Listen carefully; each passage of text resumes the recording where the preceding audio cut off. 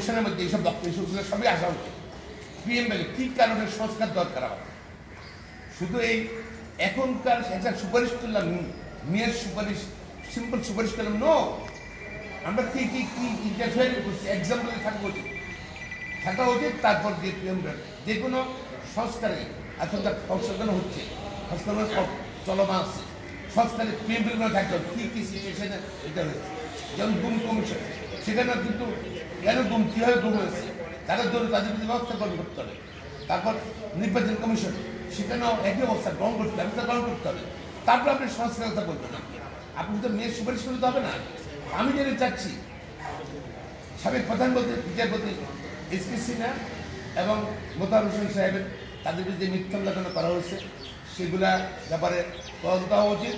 এবং বেগম খালেদার বিরুদ্ধে, তার গ্রহণের বিরুদ্ধে, অন্য রাজনীতির বিরুদ্ধে কিছু ষড়যন্ত্র মামলা উল্লেখ করা হয়েছে শুধু রাজনীতির কারণে, সে ব্যাপারে আমার মনে হয় তদন্ত করে যেসব পুলিশ, যেসব দুদকে যেসব আইন ছিল, ইনভেস্টিগেশন অফিসার, দুদকের চেয়ারম্যান ছিল, কমিশন ছিল, তাদের ব্যাপারে ব্যবস্থা গ্রহণ করছে। আপনি কিন্তু আমার প্রশ্নের উত্তর দেননি। আমি বলছি